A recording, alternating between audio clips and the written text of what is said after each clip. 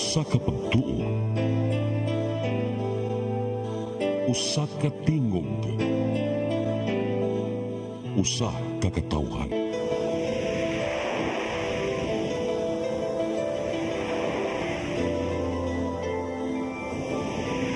Cebu Catholic Television Network.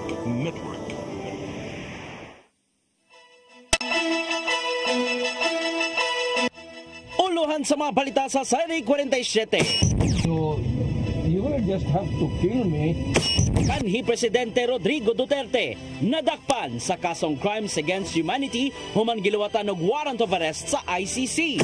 Mga langyaw gikan sa usa ka religious group nga nihimog ritual sa Minglanilla, dili mga daotang tao sigon sa PRO7. Background check gihingusgan sa mayor. Mactan Cebu International Airport gilang best airport sa Asia Pacific. Lalaking nangawat nga naka-underwear lang, giila pa sa kapulisan. Sugbo, Kabisayan ug Mindanao, Pilipinas ug katawhan kutos maabot sa tong Sibya sa tibuok kalibutan mayong hapon. Live kita karon sa CCTN Channel 47 ug kini ang tulumanon sa nagunang kasayuran nga angay natong masayran. Sa nga ni Attorney Danica Caballes, ako si Dennis Tabar ug kini ang Sari 47.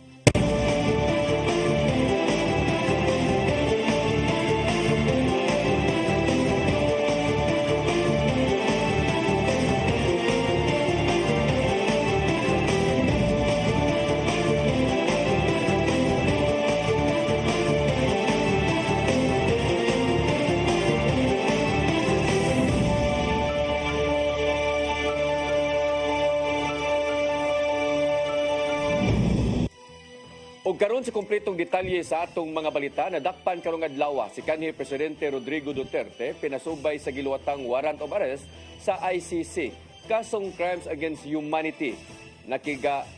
Kung nagkagubot usab ang Terminal 3 sa Ninoy Aquino International Airport didto sa kauluhan tungod sa kasagmuyo sa iyang mga kaalyado ug supporters. Ang kasayuran ihatod ni Gian Navarro. So, you will just have to kill me. Kung hindi ako papayag, kung kakampi ka dyan sa mga puti. We're just going through the process. Kini ang nimong eksena sa diyang munaog sa gisakyang abyon sa Cathay Pacific si kanhi Presidente Rodrigo Duterte gikan sa Hong Kong. Pinasubay sa nimong kumpirmasyon sa Malacañang karong adlaw nga nasikop ang kanhi opisyal tungod sa kasong Crimes Against Humanity.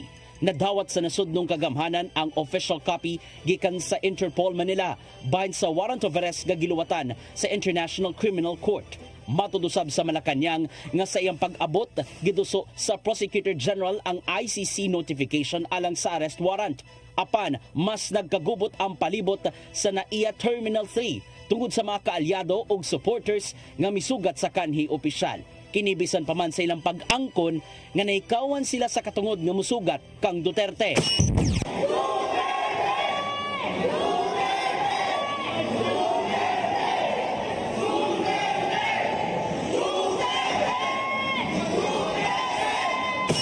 Sumapaw sab sa Presidential Communications Office nga gikustodiya sa kapulisan ang kanhi presidente ug anaa sa maayong kondisyon. Gisiguro nila nga anaa sa maayong panglawas among opisyal o gigamitan pa ang kapulisan og body camera alang sa walay puwas nga monitoring. Samtang gikasagmuyo sa pamilyang Duterte ang gidangatan sa maong opisyal. Matod sa asawa niyang si Hanelet Avancenia ug anak niyang si Veronica Duterte nga illegal ang pagkasikop ug nipatigbabaw ang gingong pagkaabusado sa mga otoridad. Kini na lang ang nahimong gibati sa kanhi presidente karong giatubang na ang iyang gikahadlukan. So you have to answer now for the deprivation of liberty or detention and the basis for detention. So what is the law and what is the crime that I committed? Kalipay sa mga kritiko, sama nilang former Senators Leila de Lima o Antonio Trillanes IV ang maong arrest warrant. Isip resulta sa subsub nga investigasyon sa ICC bahin sa dugoong drug war campaign kaniadto. Sa dato sa kapulisan, anaara sa 6,000 ka mga drug suspects ang namatay ato sa Administrasyong Duterte. Apan, gihimug-atan sa human rights groups na 30,000 ang nangamatay, human na among ang ubang mga inosente. Ian Navarro, CCTN News. Posibleng pagpatuman og curfew hours sa tibuok syudad sa Sugbo tun-an ni Mayor Raymond Alvin Garcia. Makigsabot siya sa mga sakop sa PNP alang sa paipagtuman kung ipatuman nga maong lakang. Ang kasayuran ihatod ni Mary Rose Sagarino. Makigsabot si Mayor Raymond Alvin Garcia sa mga sakop sa Cebu City Police Office alang sa planong pagpatuman og curfew sa syudad. Subay kini sa nahimong pagkasikop sa 8 ka mga lalaki nga giingong nalambigit sa gun for hire. Gikabalakan sa mayor ang sagunson nga mga pagpamusil sa managlahing barangay ning syudad sa Sugbo. Sumapa ni Garcia nga adunay kaugalingong mga balaod ang isig ka barangay, diin-did-an ang mga minor de edad sa paglaroy-laroy sa gawas panahon sa kagabhion. But if there is a necessity that we have to implement a citywide curfew, and that is something that we will have to discuss with the Philippine National Police and other law enforcement agencies in our next meeting. Maong ilakip kini sa ilang hisgutan sa command conference ning buwana sa Cebu City Police Office. So taon nila kung angayan na bang ipatuman sa tibok dakbayan ang oras diin dili makagawas-gawas sa mga batanon kung walay kuyog nga mas maghuwang pa. Kinibisan pa man og iyahay ang mga barangay sa pagpatuman og curfew hours sa tagsa-tagsa nila ka mga dapit. That is something that we will have to discuss sa ating when I have a command conference again this month. Iwa na mga pin sa mga agenda. So, amo na i-discuss ang curfew. Daan ang napaglantawan ni Police Regional Office 7 Director Brigadier General Rodrigo Maranan nga momino siya ang kaso sa mga pagpamusil sa dakbayan. Subay kini sa padayong investigasyon kung nalambigit ba kadtong mga gun for hire sa naglahing mga krimen nga natala ning dakbayan sa Sugbo sa milabay nga mga simana. Mary Rose Sagarino, CCTN News. Mga langyaw nga nagmarcha sa usa ka subdivision diya sa lungsod sa Minganilla, dili mga daotang tao. Matud pa sa pangu sa Police Regional Office 7. Subay kini sa gihimo nilang investigasyon din sa tagsa nilang gipangutana ang mga sakop. Ang kasayuran ihatod ni Arnold Bustamante. Dili mga datang elemento kato nga mga langyaw nga nagmarcha sa Minganilla, Highland, Cebu nga nag-viral sa social media. Neto milabay Martes, Marso 4, 2025. Mato ni Police Brigadier General Rodrigo Maranan, hepe sa Police Regional Office 7, nga personal siya nga miadto sa Minganilla nitong Sabado, Marso 8, 2025, uban sa mga personal sa Bureau of Immigration alang sa gihimong investigasyon. Lakip sa giadto ni Maranan ang high-end nga subdivision, din mihimo og mga pagmarcha ang mga langyaw nga naka-single line. Iyang gihinabi ang leader sa grupo nga si Derek Kerry og sa mga membro niini og misaysay sila nga dili sila daw tangtaw. Gipang susisab sa BI ang mga papeles sa mga personalidad, sama sila nga mga pasaporte o dokumento ug nasuta nga dili illegal ang ilang pagsulod sa Pilipinas. Walay angay kabalakas anglit wala man sila nakitang armas o ubang matang sa hinagiban nga makapaalarma. Apan bisan pa man ini karon ni Maranan nga magpalay ng ilang pagmonitor sa mga grupo. Yes, nung tinignan naman natin sila, unang-una wala namang mga firearms, wala namang mga deadly weapons. No? Ang sinasabi nila, yung kanilang ginawang yun ay part ng kanilang religious activity. But we have to investigate further. And we are still monitoring them strictly. Now that nakita natin na may mga ganun silang activity, we will monitor them. Una na nga miawhag si Mayor Rajiv Inad sa kapulisan sa iyang lungsod nga palawman pa ang ilang investigasyon sa mga langyaw. Human masuta nga dili lang kadto ang unang higayon nga mihimo sila og kalihukan sa sulod sa subdivision. Gipatawag sa mayor ang iyang hepe nga si Police Major Mark Don Alfred Lianza ug gipasabot siya niini nga relihiyoso ra kini nga kalihukan. Arnold Bustamante, CCTN News. Gisubay na sa matinugyanan sa Bureau of Immigration ang ubang pang-operatiba ang background sa mga langyaw nga naghimo og ritual sud sa subdivision sa Minganilla. Nakiksabot si Mayor Rajiv Inad uban ang mga opisyal sa kapulisan o Bureau of Immigration sa Terminal Head sa Mactan, Cebu International Airport nga si Brandon Inad kagahapon adlaw. Nasuta sa mga opisyal nga gipili sa nagpailang religious leader ang grupong Abayunaym nga magpahigayon sila sa ilang ritual nga mao nga lungsod tungod sa kamalinawon sa dapit. Suma pa usab sa Immigration Terminal Head nga si Attorney Inad nagikinahanglang way kalapasang nabuhat ang mga sakop sa maong grupo sa ilang pag-anhi sa Sugbo. Nagtinabangay usab ang kapulisan ug mga opisyal gikan sa subdivision aron masuta kung legal ba ang ilang binuhatan.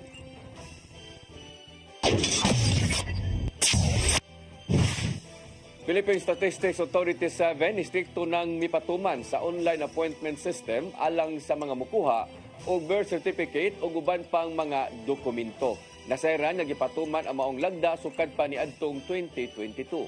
Ang kasayuran ihatod ni Gian Navarro. Gibisita sa news team ang buhatan sa Philippine Statistics Authority 7 sa habig sa Dan Colon, syudad sa Sugbo. Sa gihapon gidagsa kini sa mga mukuha og birth certificate, national ID ug uban pang registry documents. Apan adunay uban nga nakalitan sa gipagawas nga advisory sa entrada pa lang. Kinahanglan na di ay ang online appointment una pa makakuha og transaction sa sulod. Sa manalang ning residente gikan sa Danau City diin, mokuha siya og birth certificate alang sa anak niyang moskwela o kindergarten. Gamiton kini sa dili pa ang deadline sa enrollment karong Marso 15. Maong nahagit siya unsaon pagkuha sa naisgutang dokumento sulod sa gitakdang panahon. Okay kung hindi naman masyadong gagamitin. Pero kung need tulad ng trabaho or apply ka na agency, gusto mo mag-OFW, tulad niyan, requirements sa school.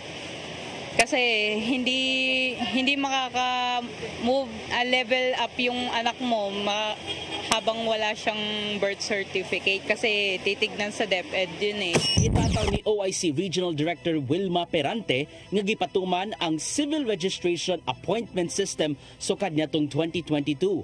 Karon lang hinuon kini gipahingusgan ilabi na nga adunay mga adlawon pa sa buhatan sa PSA alang sa walk-in transactions. Kinahanglan unang mobisita sa crs-appointment.psahelpline.ph aron makakuha og slot niya ng adlaw. Adunay hinoy priority lane ang PSE 7 alang sa pipila ka mga sektor. Special lane. The special lane for senior citizens, PWDs, solo parent, pregnant women, and of course mga frontliners and overseas workers, provided they have to have their proof that they are overseas workers and frontliners. No? Apan adunay laing option alang sa mga kinahanglanon nagyong makuha sa labing daling panahon ang bisan unsang registry documents. Pinagi sa door-to-door system diin adunay dugang pambayranan. If they have the capacity to pay, mayroon po tayo door-to-door delivery sa ating mga doors. So we can avail this para wala na hassle ka ng mga pila or you have to have an online. Sa laing bahin, adunay special lane alang sa mga mukuha og national ID gikan alas 12 sa udto. First come first serve basis lang ang gipatuman aron dili hayan mahason ang manpower sa mga nag-atiman sa mga dokumento. Gian Navarro, CCTN News.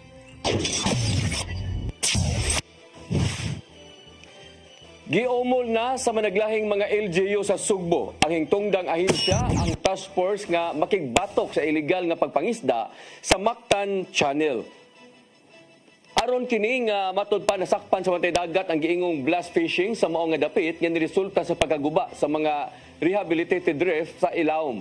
Mao nga porsigido si Cebu City Mayor Raymond Alvin Garcia sa pagsuta kung si kinsa ang nigamit o pabuto o dinamita aron lang makapadayon sa pagpanagat. Nagtinabangay ang mga LGU sa Cebu City, Lapu-Lapu City, Talisay City, Cordoba, ingon man ang Bureau of Fisheries and Aquatic Resources. Nasuta sa pasyonang investigasyon nga nigamit og binayo ang upat ka mga mananagat sa Mactan Channel ni adtong Sabado.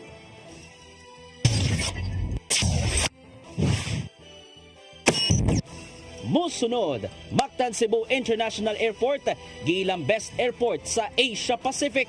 Kanaw guban pa mga balita sa pagbalik sa Sairi 47. Discover the beauty of the Philippines.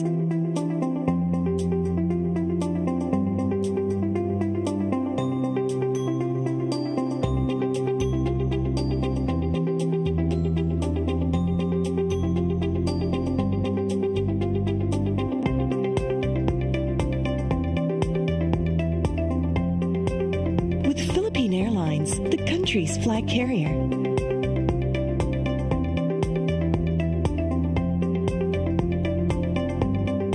The airline that lets you feel the warmth of the nation.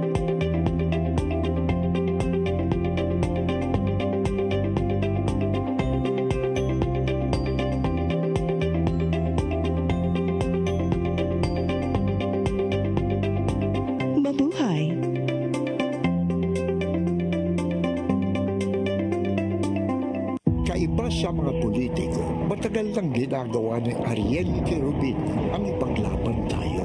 Kahit sariling buhay inaalay. Ngayon, iba ang laban. Pero tuloy ang misyon ni Ariel Querubin, ang ipaglaban tayo. Kung medalya ang sukatan at hindi pera, si Ariel Querubin ang ating bayani na karapat-dapat sa Senado. Pag may Ariel Querubin sa Senado, may bayani tayo sigurado.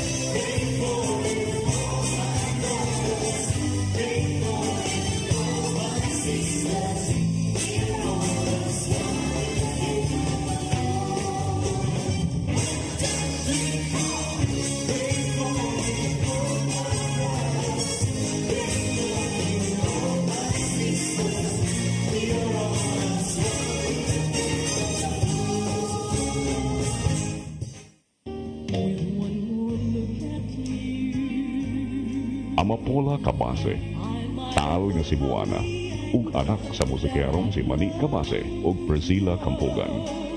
Mihimo sa iyang unang piano recital sa edad ng 4 anyos sa Batig Piano Conservatory. Sa elementarya pa lang sa Cebu Normal School, dihang nahimong conductress sa Toy Orchestra. 10 anyos pa lang dihang mihimo sa iyang debut performance sa Grand Opera House sa Manila. 18 anyos sa dihang nahimong host sa TV show Amapola Sings sa karaang ABS-CBN Cebu. Daangan sa Subo, si Amapola nahimong ilabong national recording artist o front act sa concerts ni Jack Jones, Astro Gilberto, Matt Monroe o Sergio Mendez. Regular guest sa mga top-rated TV shows sa Manila. Sa pagkakaroon, si Amapola tuwa magbase gawa sa nasod ug padayong milingaw sa international music aficionados. Amapola, karmo sa Subo. Subo ano ni?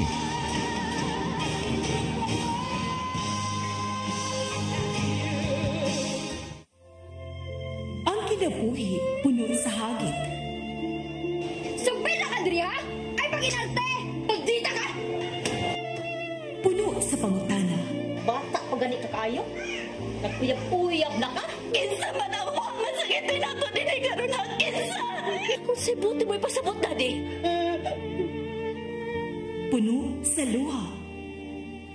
Pagpili pa, ako nga imong anak o kanay imong mga babae. Kasuko. Yung ano pa? Ano itang kani Papa?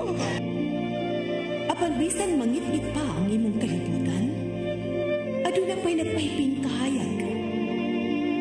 Aduna ka pa'y kasumbungan. Mga laman, hanap na. Dear Tatay, Tunog na unlot na. Nganong handungan. Wailaing paagi aron masabtan nato ang Biblia. Kinanglan nga doon natay relasyon kang Jesus. Hangtod sa layan natong panaguban, daghang salamat. Shalom. Tunog na unlot na.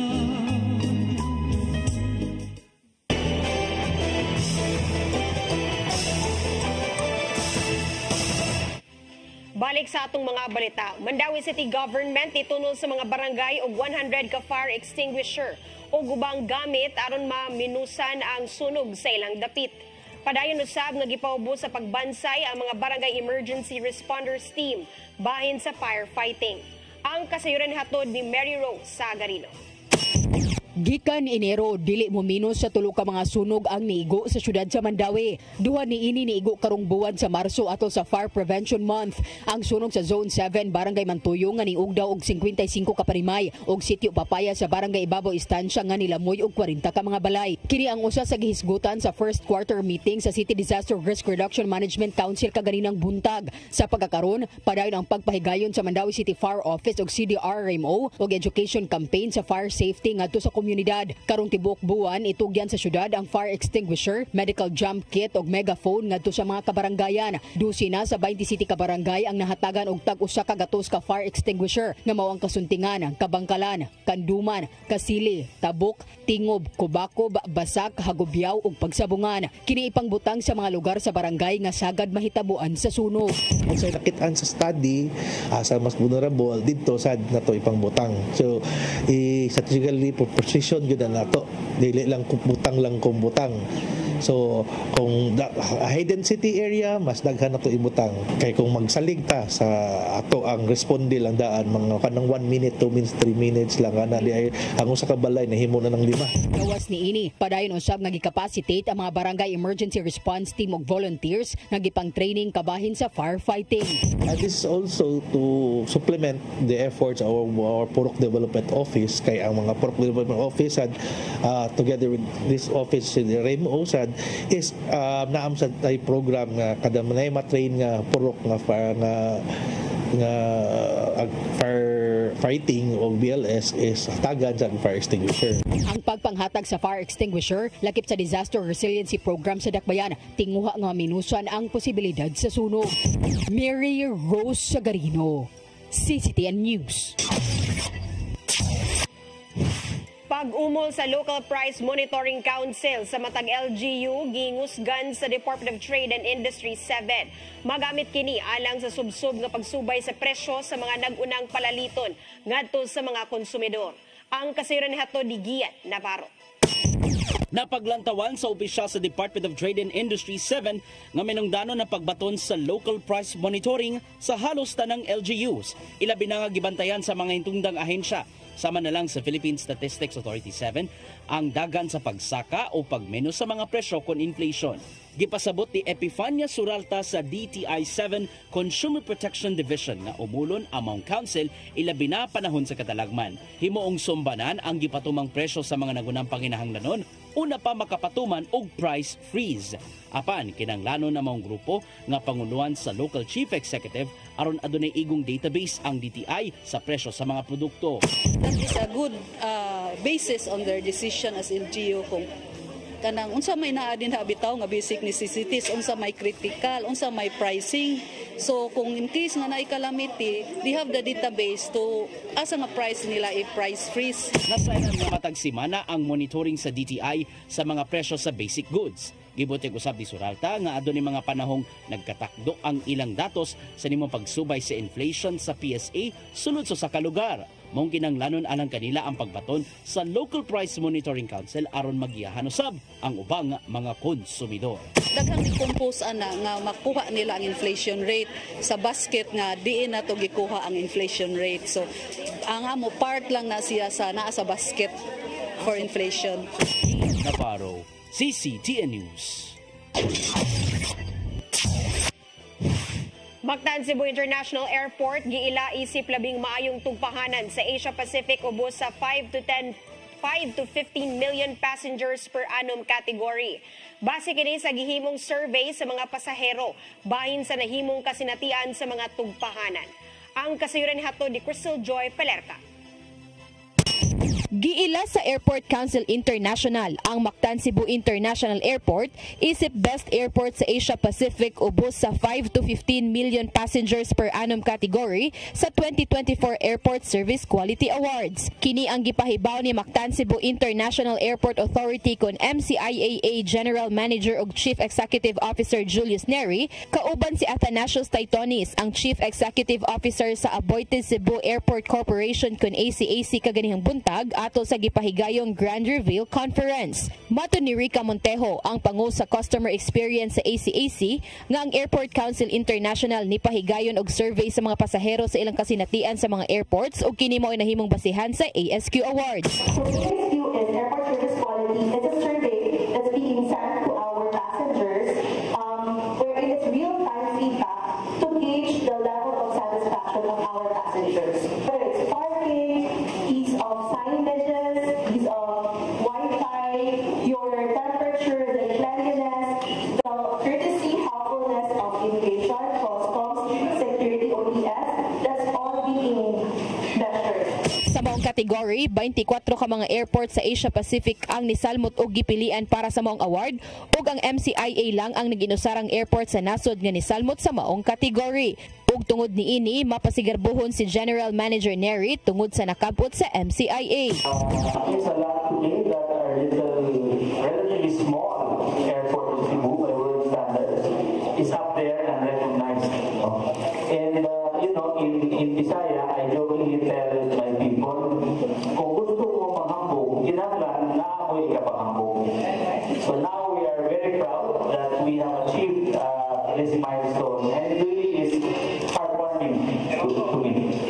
Sa nilabay nga tuig, ang MCIA nakaangkon og pipila ka awards gikan sa ACI, apan kini mo'y unang higayon nga giila sila sa mong organisasyon isip Best Airport. Dugang pa sa General Manager aron nga magpabilin kanila ang titulong Best Airport, paningkamutan nilang mapalambo pa ang ilang serbisyo nga ilang mahatag sa mga pasahero. Well, we have to work very hard and we have to continue to cooperate with our stakeholders. So, we have some limitations, of course, financial being one of them, lack of some facilities, lack of personnel. So we just have to make sure that with the resources we do have, with the people we do have, we make the best of it. Crystal Joy Pelerca, CCTN News.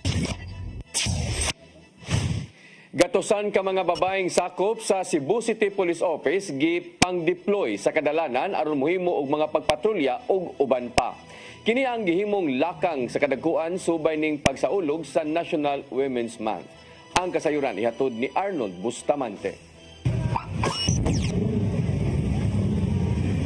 Subay sa pagsaulog sa tibok buwan sa Marso isip Women's Month, gilusad sa kapulisan sa Dakbayan Sugbo ang Ronda Cebu Juana. Ang Ronda Cebu Juana langkoban kini sa mga pulis nga mga babae nga mohimo sa pagpatrolya Comelec Checkpoint ug Oplan Bulabog. Mato ni Pulis Colonel Enrico Figueroa, ang hepe sa kapulisan sa siyudad sa Sugbo, nga ilang ipakita ang mahimo sa mga babaeng pulis ang gihimo sab sa mga lalaking pulis. Atol sa himuon nga Oplan Bulabog, mapakatap si Figueroa og mga babaeng pulis, di nabagan usab sila og mga babaeng force multipliers sama sa mga barangay tanod nga mga babae. Sila ang mosulod sa mga sityo ug mopatuman sa tanang ordinansa sa Dakbayan. Sa nakita niya nga epektibo ang pagbadlong sa mga babae neto nga mga tao nga nagalapas sa balaod. Inong giklaro ni Figueroa nga doon mga lalaking pulis nga moabag kanila sama sa mga personnel sa Special Weapons and Tactics ug mga personnel sa lain-laing police station. Yes, this is in relation with the Women's Month. This month is a Women's Month, so we launched the Ronda Cebuana agents from all sectors, from barangay officials, barangay tanod, policewoman, our post multipliers also, and they will conduct the ronda doon sa ating mga lugar na tinatawag nating areas of concern. And also, they will compose the checkpoint operation also. Ibuksan ang Ronda Cebu Juana sa sulod sa kampo sa CCPO kagahapon adlaw uban sa First Lady sa Dakbayan Sugbo nga si Miss Julienne Kate Garcia nga gitabogan usab sa kapino sa kagatos ka mga babaeng pulis. Gihimo dayon ang labing unang checkpoint sa Maracas sa Barangay Lahog ug ilang gipara ang tanan nga mga motorista nga moagi og sama sa normal nga checkpoint. Ilang kini gipangitaan og mga papeles sama sa lisensya ug rehistro. Ilang gipakita nga kung unsay mabuhat sa mga lalaking pulis mahimo usab kini sa mga babae. Arnold Bustamante, CCTV. Magpabilin pa sa Tambalanan si Pope Francis human nga nahimong stable ang kahimtang sa panglawas. Matod sa Holy See Press Office nga maayo ang nahimong kahimtang sa lawas human gipaubos sa pharmacology therapy. Tungod niini gitangtang na sa mga doktor ang pagbantay sa iyang prognosis samtang padayong gitambalan ang opisyal. Nisalmot ang 88 years old na Santo Papa sa virtual mission sa Korea spiritual exercises gikan sa Roman Korea. Dulaan usa ka buwan nang nalandig sa Gemelli Hospital sa Roma si Pope Francis tungod sa double pneumonia.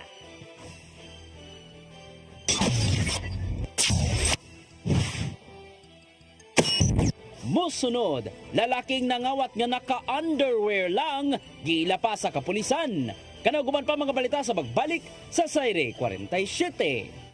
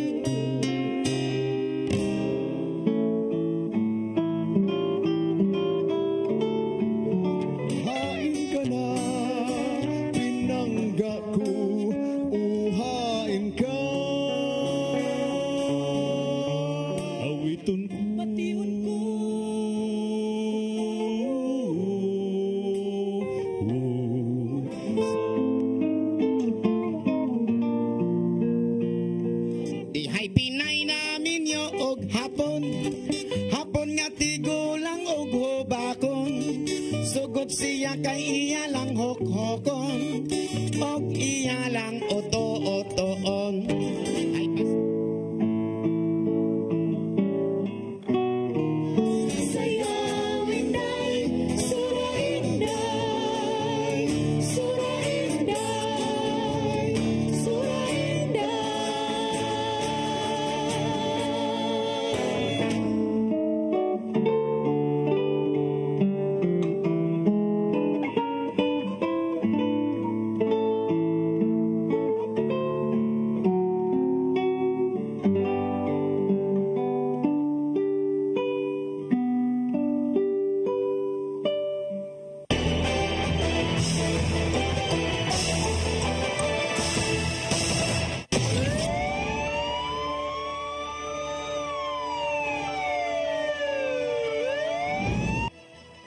Balik sa atong mga balita, kanhi traffic enforcer sa dakbayan sa Sugbo nadakpan sa buy-bust operation sa Philippine Drug Enforcement Agency kun PDEA 7 diha sa barangay Calamba.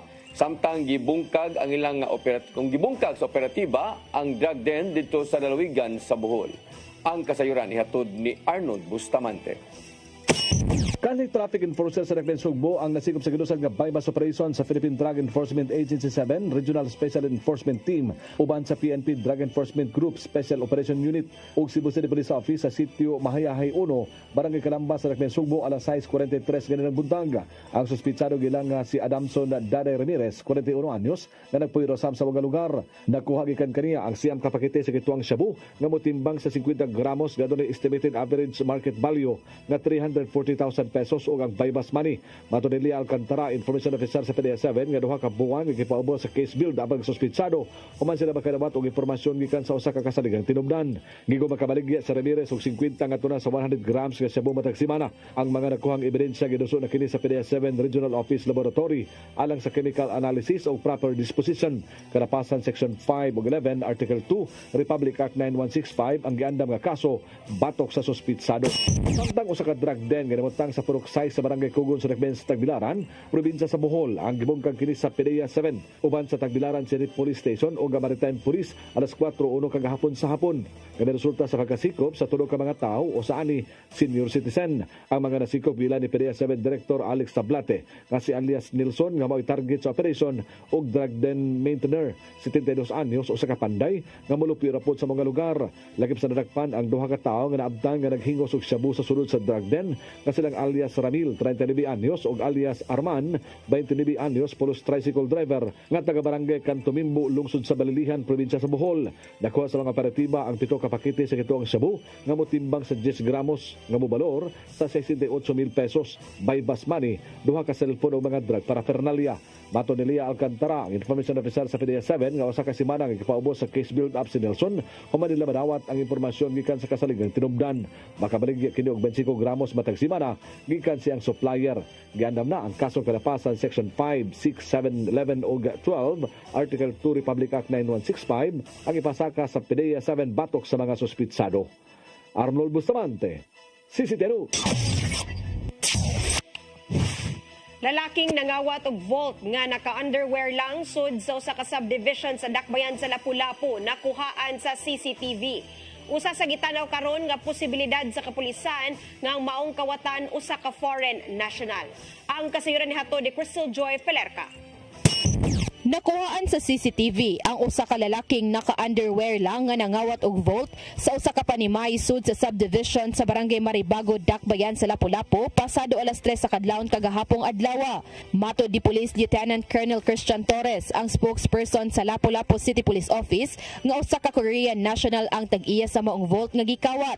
Sa gibutyag sa biktima ngadto sa kapulisan, moabot sa 2 million ngadto sa 3 million pesos ang sunod sa maong vault ug ana usab didto ang iyang passport. Sa pagkakaroon, wa pa mailhi sa kapulisan ang mong kawatan tungod kay CCTV sulod sa subdivision nga makatabang unta sa investigasyon. Sa pagsubay usab nila sa mga lokal nga daan ng may mga record, way usa nga nakaila ni ini. Apan usa sa ilang gitanaw nga anggulo sa kapulisan nga usa-usab kini ka foreign national base sa physical appearance ni ini ug tungod sa laing insidente nga ilang nasubay. Kini tungod kay niadtong Domingo, nakadawat og report ang kapulisan nga usa-usab ka Korean national ang nakawatan og 10,000 pesos. Nakuha kini sa usa ka vault gihapon sa usa ka panimay sud sa subdivision sa susamang barangay. Kung diin base sa video, naka-underwear og susamang dagway gihapon ang may binuhatan ni ini. Then mao na tong gitanaw, dili na to i-discount ang possibilities considering sa iyang profile, sa iyang mata nga makita is dili na to i-discount ang possibilities nga mura sa foreign national. Specifically Korean national, pero di sa nagi na to i-confirm na kuan siya. Pero gatong gi-focus ang video, makita na to naagi siya pagkakuan yun, foreign national sa. Tugang pa ni Lieutenant Colonel Torres nga aduna usab insidente sa pagpanglungkab sa Barangay Marigondon nga naka-underwear gihapon ang may binuhatan apan wala lang kini mablatter. Apan usa kini sa ilang subayunon kung susamang tao ba gihapon ang responsable ni ini. Naasa tay laing video nga nakita na siya gisakang nga balay nga same profile do dili sa skinhead ato pero semi-upaw na iyang buhok ato sa Barangay Marigondon, Korea National gihapon mao pa nato i-check og pilay nawa ato. Sa kasamtangang nagpadayon paghihapon ang investigasyon sa kapulisan aron sa pag-ila sa suspect. Crystal Joy Pelerca, CCTN News. Usa ka mobile learn and play hub gitunol sa syudad sa Mandawi ngadto sa ilang city library. Tinguha sa city government nga madali ang edukasyon kung madala ang edukasyon ngadto sa mga sitio o barangay, ilabi na sa mga bata nga naglisod og basa. Ang kasayuran ihatod ni Mary Rose Sagarino. Gitugyan kaganinang buntag sa syudad sa Mandawi ang usa ka minivan ngadto sa City Library. Ang sakyanan himong educational van o mobile learn and play hub. Tinguha nga mada ang edukasyon og pagkat-on sa komunidad hilabi na sa mga bata maglisod og basa. Kini adunay mga libro, coloring materials, duwaan ug uban pa. Mobisita unya kini sa nagkadaiyang barangay. Ang proyekto subay sa Memorandum of Understanding tali sa Department of Education ug World Vision. Kunya at least na 7 schools nga nasugdan nya wala ni karon i-continue na to. Nigamit lang taning gamay sakyanan kay para manis mga sudlunon nga mga schools bitaw. Kay sa DepEd nas DepEd ako lisod man pagsud may niniha kay makasulod ka. Ang mga sakop sa DepEd inubaran sa tinun-an sa Mandawi City College nga nagkuha og kurso nga maestra ang motabang og tudlo sa mga bata. Samtang ang World Vision ang mag-supply sa mga learning material sama sa TV alang sa film viewing, speaker ug krayola. Ang brigada pagbasa himuon matag Sabado. Mupatuman sila og 30 ka session sa grupo sa mga bata sa matag barangay. Batches no sa mga bata nga ga-implement mi og reading sa community. Daghan oy mga bata nga nakamao na mo basa. Yeah. Aside from reading, mag-handle sa mga life skills activities sa ilahan ng mga games, ingana ba. At least ang mga bata dili lang sila maka-experience o kanang sa literacy, sa reading, but they will also learn mga basic life skills. Gawas sa syudad aduna usab ang DepEd Mandawi nga mas dako nga educational bus. Mary Rose Sagarino, CCTN News. Mo kadtong naglangkob sa atong mga balita sa Sayri 47, ako si Dennis Tabar. Ako si Danica Caballes, sangtod ugma sa inyong paboritong tulumanon. Sayri 47.